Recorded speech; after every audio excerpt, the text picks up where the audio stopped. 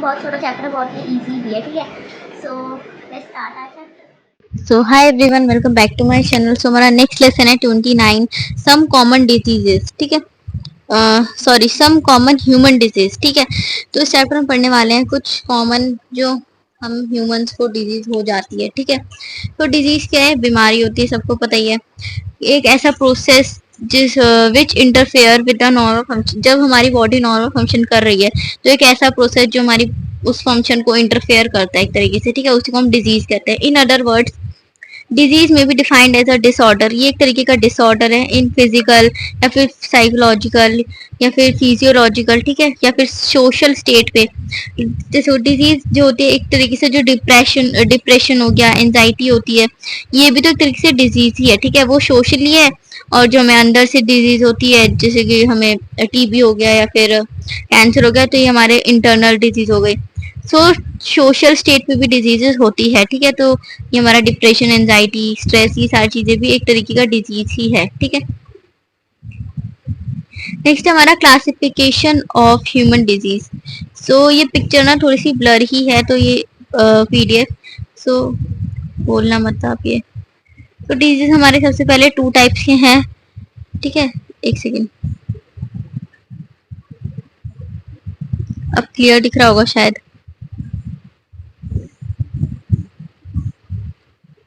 सो सबसे पहले हमारा डिजीज, हमारे टू टाइप्स के हैं, congenital disease and acquired disease. तो कॉन्जेनिटल डिजीज हमारे क्या होते हैं? जो हमारे बर्थ से होते हैं, ठीक है, जो डिजीज हमें बचपन से पैदा होती हुई है, ठीक है। और एक्वायर डिजीज मतलब, एक्वायर मतलब नाम से समझ आ रहा है, एक्वायर हुई है, बाद में हुई है, ठीक है। वो कब डेवलप हुई है? हमारे जन्म के बाद हमें वो डिजीज हुई है, ठीक है। सो एक्वायर्ड में हमारे टू टाइप्स आते हैं फिर से, communicable disease and non communicable disease, ठीक है। कम्युनिकेबल डिजीज मतलब वो किसी से स्प्रेड हो सकती है, ठीक है। इन्फेक्टेड पर्सन है तो वो एक हेल्दी पर्सन को, कम्युनिकेट मतलब कम्युनिकेट मतलब वो इजीली ट्रांसफर हो सकती है, स्प्रेड हो सकती है, ठीक है। कोई इन्फेक्टेड पर्सन है तो वो हेल्दी पर्सन तक इन्फेक्ट हो सकता है, ठीक है। नॉन कम्युनिकेबल डिशेज जो स्प्रेड नहीं हो सकती, कि लाइक हम उसके पास आराम से बैठ सकते हैं, खा पी सकते हैं साथ में, ठीक है। वो ऐसी डिजीज होती है जो एक दूसरे से फैलेगी नहीं अगर हम साथ में भी रहेंगे तो, ठीक है। नॉन कम्युनिकेबल डिजीज हमारे 5 टाइप्स की होती है, ठीक है। सबसे पहला आता है हमारा डीजनरेटिव, एक आता है deficiency, allergy, cancer, other disease, ठीक है। नॉन कम्युनिकेबल जो ऐसे बैठने से फैलेगी नहीं, ठीक है। सो डीजनरेटिव डिसीज ये क्यों होती है? Cause due to malfunctioning of the vital body organ, ठीक है। जब हमारे किसी बॉडी ऑर्गन में किसी को प्रॉपर कुछ फूड या न्यूट्रिएंट्स उसे प्रोवाइडेड नहीं हुए तब। डेफिशिएंसी डिजीज कब होती है? जब हमारे बॉडी के अंदर न्यूट्रिएंट्स की कमी हो, डाइट की कमी हो, ठीक है। एलर्जीज क्यों होती है? ताकि हम जब किसी चीज से लोगों को एलर्जी हो जाती है, ठीक है, जैसे कुछ फॉरेन सब्सटेंस होते हैं उन सब चीजों से, ठीक है। Cancer cause due to uncontrol growth of cells. Cancer होता है कि क्यों होता है? क्योंकि जो हमारे सेल्स की ग्रोथ है वो अनकंट्रोलेबल हो जाती है, ठीक है, टिश्यूज की भी। और अदर डिजीज में हमारा आता है cause due to various physical agents या फिर अदर रीजंस की वजह से जो हो जाती है बीमारियां, ठीक है। नेक्स्ट हमारा acquired disease are studied under two categories. तो हमारे एक्वायर्ड डिजीज जो है हमारे टू कैटेगरीज में, communicable and non communicable disease. तो ये दोनों इंपॉर्टेंट है, ये टेबल याद कर लेना, ठीक है। सो मतलब कम्युनिकेबल जो एक दूसरे, मतलब हम उसके कांटेक्ट में रहेंगे तो हमें भी हो जाएगा, जैसे कि वाटर, एयर, उसके साथ हम बैठे हैं, उसने छींक दिया तो हमें भी वो डिजीज आराम से हो सकती है, लाइक कोल्ड हो गया, फीवर हो गया, ये सारी चीजें, ठीक है। Non communicable disease like cancer हो गया, टीबी हो गया, एलर्जी हो गई, ये सारी चीजें नॉन कम्युनिकेबल होती है, ठीक है। नेक्स्ट हमारा जो डिजीज हमारी वायरस के थ्रू ट्रांसफर होती है, तो सबसे पहले हम स्लाइड्स पे आ जाते हैं, ठीक है, और इजीली अच्छे समझ में आ जाएगा। ये चीज हम देख चुके हैं, डिजीज क्या होती है, टाइप्स ऑफ डिजीज हमने पढ़ लिया। ये कितने नॉन कम्युनिकेबल डिजीज हमारे 5 टाइप्स की है, ठीक है। कम्युनिकेबल, नॉन कम्युनिकेबल डिजीज हमने पढ़ ली। और जो हमारे, अब देखो सबसे पहले आता है हमारे कम्युनिकेबल डिजीज जो होते हैं वो डायरेक्ट ट्रांसमिशन से भी होता है एक तरीके, ठीक है। एक second. Direct contact between the infected person and healthy person, अगर डायरेक्ट कॉन्टेक्ट हो रहा है जो इन्फेक्टेड पर्सन है और जो हेल्दी पर्सन है उन दोनों के बीच में, तो जो डिजीज है वो कम्युनिकेबल होती है, ठीक है। ये वाली डिजीज कम्युनिकेबल होती है, जो एक दूसरे में फैल सकती है, ठीक है। Small pox, chicken pox, gonorrhoea, ये सारी चीजें उसको भी हो सकती है। जो हेल्दी पर्सन है वो भी इन्फेक्ट हो जाता है। ड्रॉपलेट इन्फेक्शन होता है, जैसे कि एग्जांपल है कोल्ड। जैसे जब हम छींक मारते हैं तो जो भी थोड़ा वाटर ड्रॉपलेट्स होंगे वो दूसरे के ऊपर पड़ते हैं, जिसकी वजह से वो एक तरीके से डायरेक्ट ट्रांसमिशन हो रहा है, इसी की वजह से हमें डिजीज वो हो जाती है, ठीक है। इन्फ्लुएंजा हो गया, मीसल्स हो गया, ट्यूबरक्लोसिस हो गया, ठीक है। Contact with soil contaminated with disease causing virus and bacteria, जब हम कांटेक्ट करते हैं सॉइल कंटामिनेटेड से, ठीक है, या फिर जो डिजीज, जो वायरस जो होते हैं, जो डिजीज कॉजिंग बैक्टीरियाज होते हैं, ठीक है, उनसे डायरेक्ट कांटेक्ट हो जाता है। जैसे मिट्टी विट्टी से हम छू रहे हैं, मिट्टी से खेल रहे हैं, उन सब से भी हमें डायरेक्ट ट्रांसमिशन होता है, ठीक है, उससे भी हमें डिजीज हो सकती है। एनिमल बाइट, ठीक है, जो रेबीज के जो जैसे कुछ एनिमल्स होते हैं उनको रेबीज होता है, हमें हमें तो नहीं पता चल रहा, हम उसको खाना खिलाने जा रहे हैं, उसका जो लार वगैरह है, जिसके सलाइवा होता है उसके मुंह से निकल जाता है, वो हमारे हाथ पर लग जाता है, उसकी वजह से भी हमें ये डिजीज कम्युनिकेबल होती है, ठीक है। स्पेशली डॉग्स में रेबीज देखा जाता है, इसलिए कहते हैं कि अगर डॉग बाइट हो तो तुरंत इंजेक्शन लेना होता है, 14 है ना। सो अब तो 14 नहीं है, अब थोड़ा कम हो गया वैसे। इनडायरेक्ट ट्रांसमिशन, जैसे कि हाउस फ्लाइज होती है, वो जैसे मान लो कहाँ नाले वगैरह बैठे होगी, अब हमारे खाने पे बैठ गई तो कभी खाना वो मत खाना, ठीक है। वो बैठी हुई है, उसके उसने कितनी गंदगी लगाई है, ठीक है। सो जो मॉस्किटोज होते हैं, मच्छर वगैरह, कॉकरोचेस वगैरह, इन सब से हमें डायरेक्ट, ये एक तरीके से इनडायरेक्ट ट्रांसमिशन होते हैं। इनडायरेक्टली हमें हमारे इंटरनल ऑर्गन्स को ये खराब करते हैं, ठीक है, इंटरनल ऑर्गन्स में डिजीज फैलाते हैं, ठीक है। मलेरिया, डेंगू हो गए, एयर बॉर्न हो गया, ऑब्जेक्ट बॉर्न हो गया, वाटर बॉर्न हो गया, ठीक है। वाटर बॉर्न हमारे क्लोरेला, डायरिया, हेपेटाइटिस, जॉन्डाइस, ये सारी चीज आती है। कम्युनिकेबल डिसीज हमारी जो होती है, इन्फेक्शन डिसीज, जैसे एग्जांपल है चिकन बॉक्स।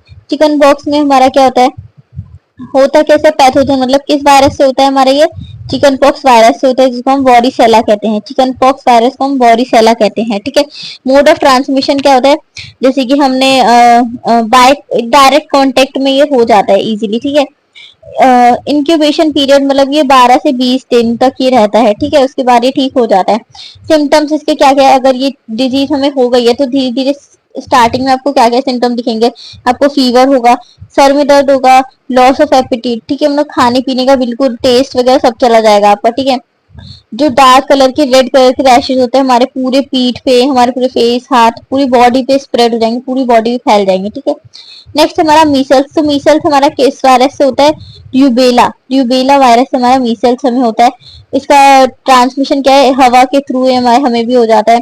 इंक्यूबेशन पीरियड मतलब 3 से 5 दिन में ठीक भी हो जाता है। इसके सिम्टम्स हो गए जैसे कि कोल्ड हो गया नॉर्मली, या फिर हमारे जो माउथ के पास ना वाउट पैचेस हो, माउथ के अंदर हमारे वाइट कलर के पैचेस होंगे, ठीक है, और गले में, अब और हमारे गले में मतलब खुजली होगी एक तरीके से, और हमारी बॉडी पे रैशेज होंगे, दाने नहीं रैशेज, ठीक है। नेक्स्ट हमारा प्रिवेंशन और क्योर, मीसल्स को हम कैसे प्रिवेंट कर सकते हैं, इसका क्या तरीका है इसको ठीक करने का। The patient should keep in isolation, ठीक है, तो इसको आइसोलेशन में रहना पड़ेगा, ठीक है, और क्लीननेस होनी चाहिए, ठीक है, और एंटीबायोटिक्स हमें टाइम टू टाइम लेनी होती है, ठीक है। नेक्स्ट हमारा पोलियो माइथलिसिस, तो ये किसकी वजह से होता है, पोलियो वायरस की वजह से हमें हो जाता है ये। मोड ऑफ ट्रांसमिशन क्या होता है, ये जो हमारा एक वायरस होता है, ये पोलियो वायरस जो हमारी बॉडी के अंदर एंटर कर जाता है, चाहे वो फूड के थ्रू या वाटर के थ्रू, किसी भी थ्रू कर सकता है, ठीक है। ये 7 से 14 दिन में ठीक भी हो जाता है। इसका सिम्टम यही है कि जो वायरस होता है ना, सबसे मेन आपको पता होगा, वायरस जो हमारे एनवायरनमेंट में घूम रहा है तो हमारा कुछ भी नहीं बिगाड़ सकता, पर लेकिन अगर ये होस्ट की बॉडी, मतलब हमारी बॉडी, हम होस्ट ही तो है ना, हमारी बॉडी को सब हम कंट्रोल कर रहे हैं, तो हम होस्ट हुए अपनी बॉडी के, ठीक है। तो हमारी बॉडी जो है, हमारे जो होस्ट के अंदर ये घुस गया, तो मतलब ये अब वायरस को इतनी जल्दी डुप्लीकेट करेगा, अब ये वायरस इतने जल्दी डुप्लीकेट होते रहेंगे, रेप्लीकेट हो के ये ब्रेन तक पहुंच जाते हैं ब्लड के थ्रू, ठीक है। तो ये बहुत जल्दी मल्टीप्लाई करते हैं अपने आप को, ठीक है, हमारी बॉडी के अंदर, जिसकी वजह से हम पूरे ऑर्गन्स वगैरह सबको डैमेज कर सकते हैं बहुत ही जल्दी।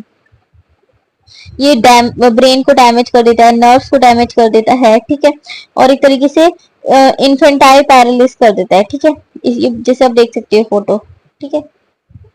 नेक्स्ट हमारा और स्टिफनेस ऑफ नेक वगैरह, टेढ़ी हो जाना, फीवर, और हेड सपोर्ट नहीं हो बिल्कुल, की मतलब सर हमारा ऐसे एकदम झुका सा रहे, ठीक है, नेक्स्ट हमारा प्रिवेंशन और क्योर इसका, पोलियो वैक्सीन ड्रॉप लेनी चाहिए, और पल्स पोलियो प्रोग्राम जो कंट्री में होता है हर जगह, तो इसलिए पोलियो वैक्सीन हर बच्चे को उस टाइम लगवाना चाहिए, ठीक है। नेक्स्ट हमारा रेबीज। रेबीज होता है किससे? रेबीज की वजह से क्या होता है? हाइड्रोफोबिया, ठीक है। जो आपने पता होगा, आपको पता होगा रेबीज के जो पेशेंट होते हैं उनको पानी से बहुत ज्यादा डर लगता है, ठीक है। जो जिसको कुत्ते काट लेते हैं, जिसको जो एनिमल्स होते हैं वो काट लेते हैं, ठीक है। अगर मान लो वो एनिमल को रेबीज है, ठीक है, एनिमल से तो फैलता है ना, अब उसने काट लिया, आपने इंजेक्शन नहीं लिया जल्दी, ठीक है, लेट हो गया आपको, तो आपको मतलब आपको जब आपको खुद पता चलेगा कि आप पानी से डरने लगोगे, आपको पानी बिल्कुल नहीं चाहिए, बिल्कुल पानी के बिना रह सकते हो, ठीक है। तो उसी को हम कहते हैं हाइड्रोफोबिया, जिसको जिसको पानी से डर लगता है। और रेबीज में यही होता है, जिसको रेबीज हो गया उसको पानी से डर लगेगा, और रेबीज का कोई इलाज नहीं है, इसीलिए कहते हैं कुत्तों से, चाहे जो जंगली स्ट्रीट डॉग्स होते हैं इनसे दूर रहो, उनको जितना चिपक के खाना वाना खिलाते हो, आप खाना रख दो वो खा लेंगे, ठीक है। जो पेट डॉग्स हो आप उनको टच करो, ठीक है, और उनके उनके मुंह वगैरह पे हाथ रखो, ऐसे किसी भी डॉग्स पे नहीं करना चाहिए, ठीक है। मोड ऑफ ट्रांसमिशन, जब वो आपको काट लेते हैं, रेबीज डॉग जो होते हैं उनको जब आपको काट लेते हैं तभी होता है, और बहुत ही ज्यादा चांसेस है कि जो उनका सलाइवा होता है उनसे भी हो जाता है, ठीक है। इंक्यूबेशन पीरियड 10 से मतलब 10 दिन तक, ये 3-4 महीने, बहुत ही ज्यादा टाइम लग जाता है इसको ठीक होने में, ठीक है। अब ज्यादा अगर नहीं काटा है उसने तो वो जल्दी ठीक हो जाएगा, पर लेकिन अगर उसने काट लिया है और उसका कोई क्योर नहीं है फिर एक तरीके से, ठीक है। ये सेंट्रल नर्वस सिस्टम में एक तरीके से मतलब यूनिवर्सल ट्रूथ फैक्ट बन गया, ठीक है।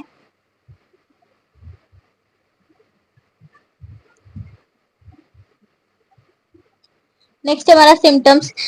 सिम्टम्स है इसके, हेडेक होगा, हाई फीवर हो जाएगा, ठीक है, painful contraction of muscles and throat, muscles of throat and chest, ठीक है।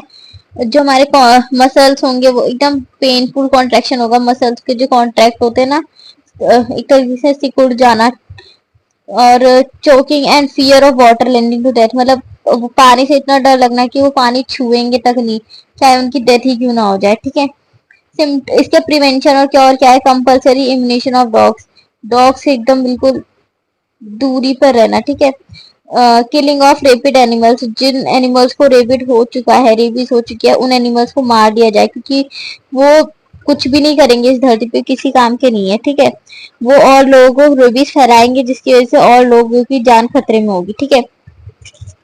और रेबीज एनिमल्स होते हैं ना एक तरीके से कभी कभी पागल भी हो जाते हैं, किसी को भी काट सकते हैं, ठीक है, इनका कोई भरोसा नहीं होता है। एंटी रेबीज इंजेक्शन और oral doses are given to person bite bitten by rabid animal. जो एंटी रेबीज इंजेक्शन होते हैं वो किसी किसी एनिमल, किसी किसी ह्यूमन पे काम कर जाते हैं, ठीक है।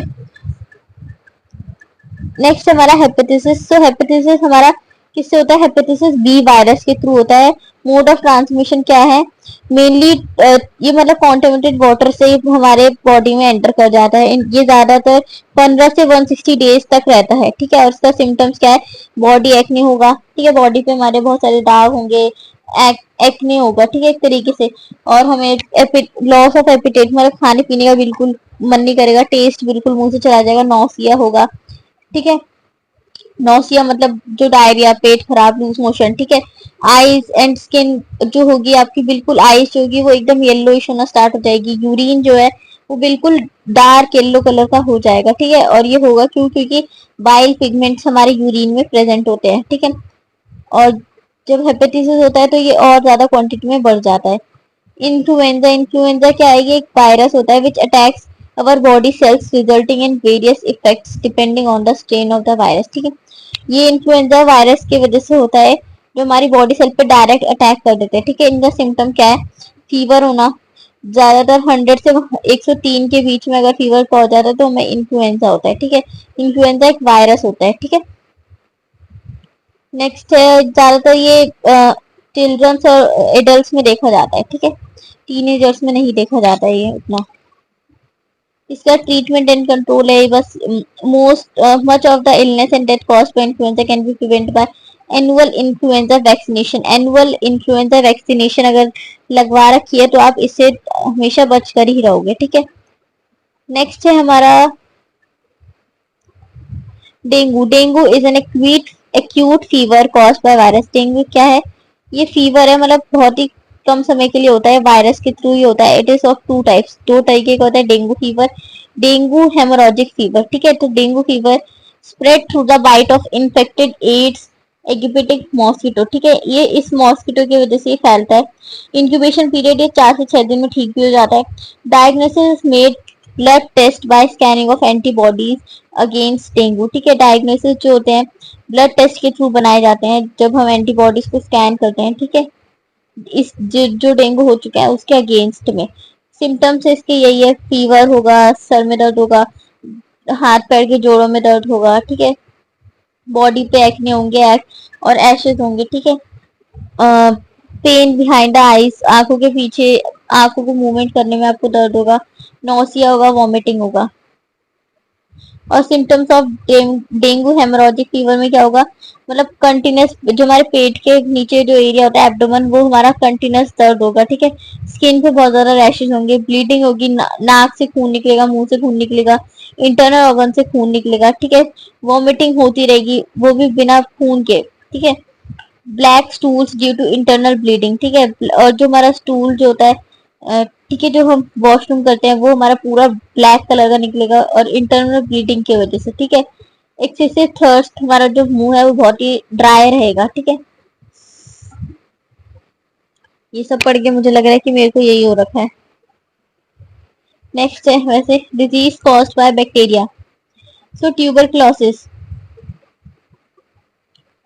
जो सबसे मेन अपने पता ही है, बैक्टीरिया जहाँ पे आ जाए इससे क्या डिजीज होती है, सबसे पहले नाम यही आता है, ट्यूबरक्लोसिस। ठीक है, ट्यूबरक्लोसिस एक तरीके का बैक्टीरिया है, माइकोबैक्टीरियम ट्यूबरक्लोसिस, इसकी वजह से हमें ये होता है।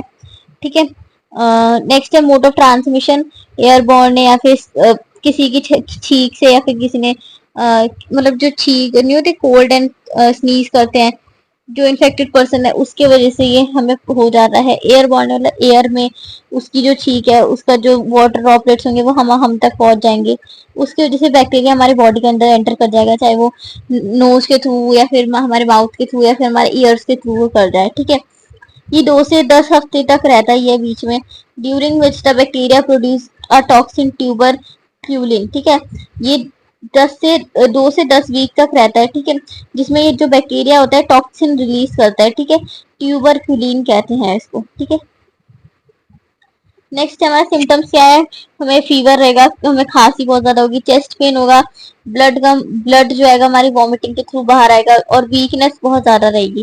प्रिवेंशन एंड क्योर इसका क्या है, आइसोलेशन, मतलब जो जिस इंसान को हुआ है इन्फेक्शन वो बिल्कुल आइसोलेट रहे, बिल्कुल बिल्कुल कमरे में बंद, बिल्कुल किसी से भी कांटेक्ट में ना रहे, ताकि क्योंकि ये कम्युनिकेबल डिजीज है। ठीक है, ये आराम से स्प्रेड हो सकती है। ठीक है, अगर हम उनके कांटेक्ट में है, उन्होंने छींक दिया तो हमें भी वो हो जाएगा। ठीक है, living room should be airy neat clean with surrounding, जो हमारे रूम्स है, जो लिविंग रूम है वो साफ सुथरे और हवादार होने चाहिए, मतलब समान कंजस्टेड एरिया नहीं होना चाहिए। ठीक है, नेक्स्ट हमारा टाइफाइड। तो टाइफाइड जो है पैथोजन एक तरीके का होता है, और सॉरी, टाइफाइड जो है कौन से पैथोजन से हमारा होता है, बैसिलस रॉड शेप्ड बैक्टीरिया हो जो है, जो रॉड शेप बैक्टीरिया आते हैं उसकी वजह से हमें टाइफाइड होता है। ठीक है, और रॉड शेप बैक्टीरियम में हमारा आता है सेलोमिना थाइपी।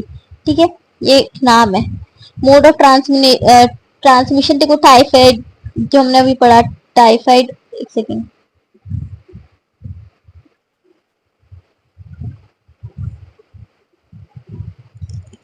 सो हमारा जो टाइफाइड है हमारा मोस्टली फूड एंड वाटर के थ्रू हमारे बॉडी के अंदर एंटर कर जाता है। सिम्टम्स इनका यही है, फीवर, हेडेक, पल्स रेट नीचे गिर जाना। ठीक है, रेडिश रैशेज होंगे हमारी वेलीज पे। इन एक्सट्रीम केसेस यूसिलस में rupture resulting in death of the patient. ठीक है, इसकी वजह से डेथ भी हो सकती है। प्रिवेंशन एंड क्योर है यहाँ पर। नेक्स्ट हमारा क्लोरेरा।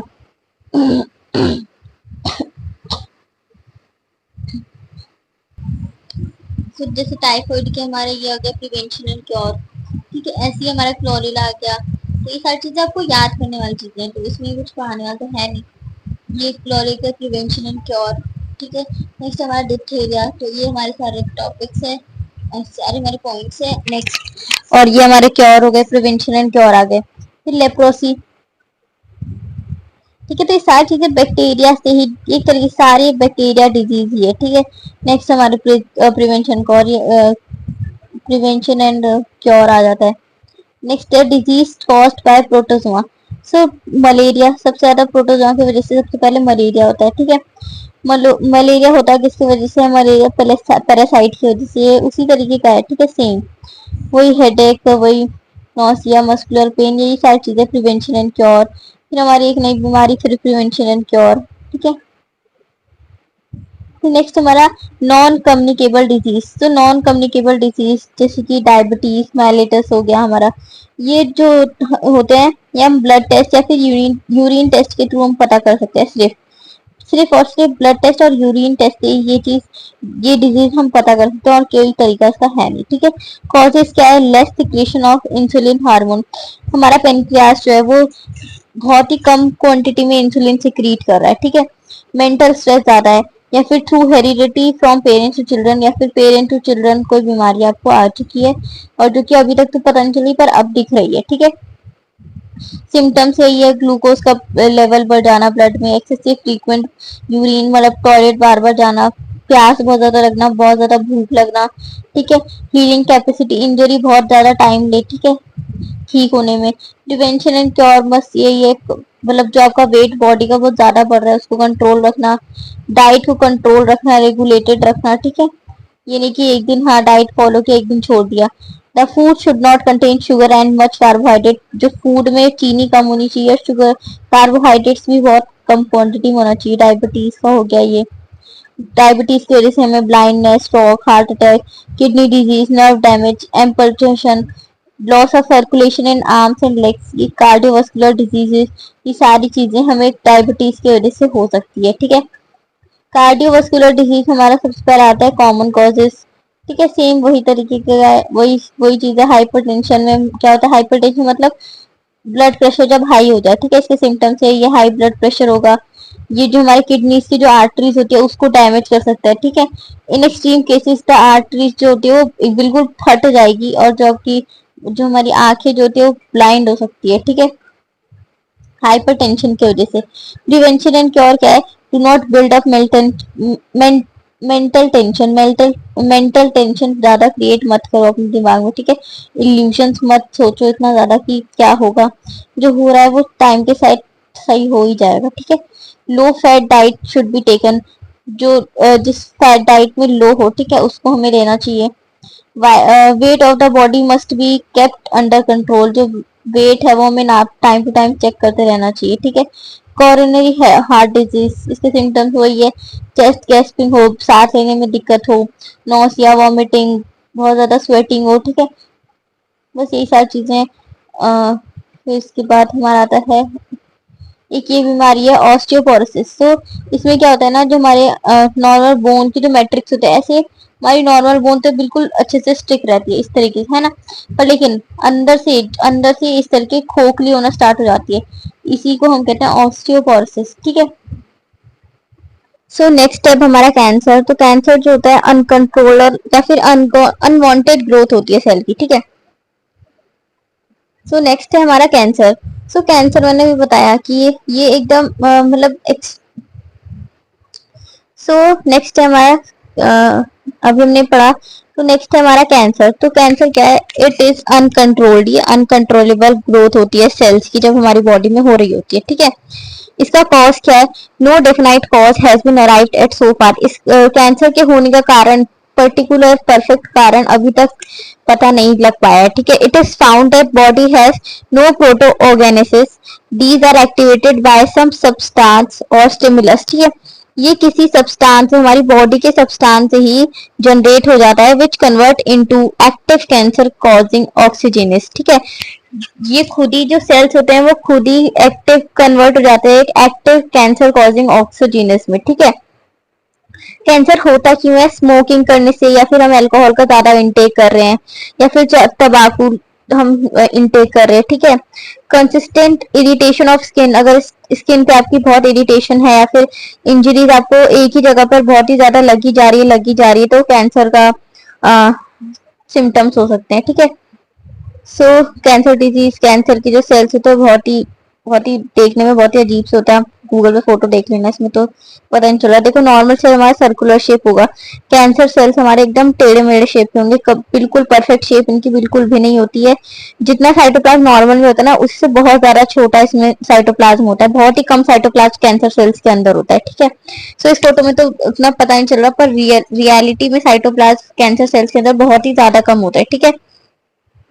और कैंसर वाले सेल्स में जो न्यूक्लियस होते हैं वो बहुत सारे होते हैं, नॉर्मल सेल में हमारा एक ही न्यूक्लियस होना चाहिए, वैसे पता ही होगा आप।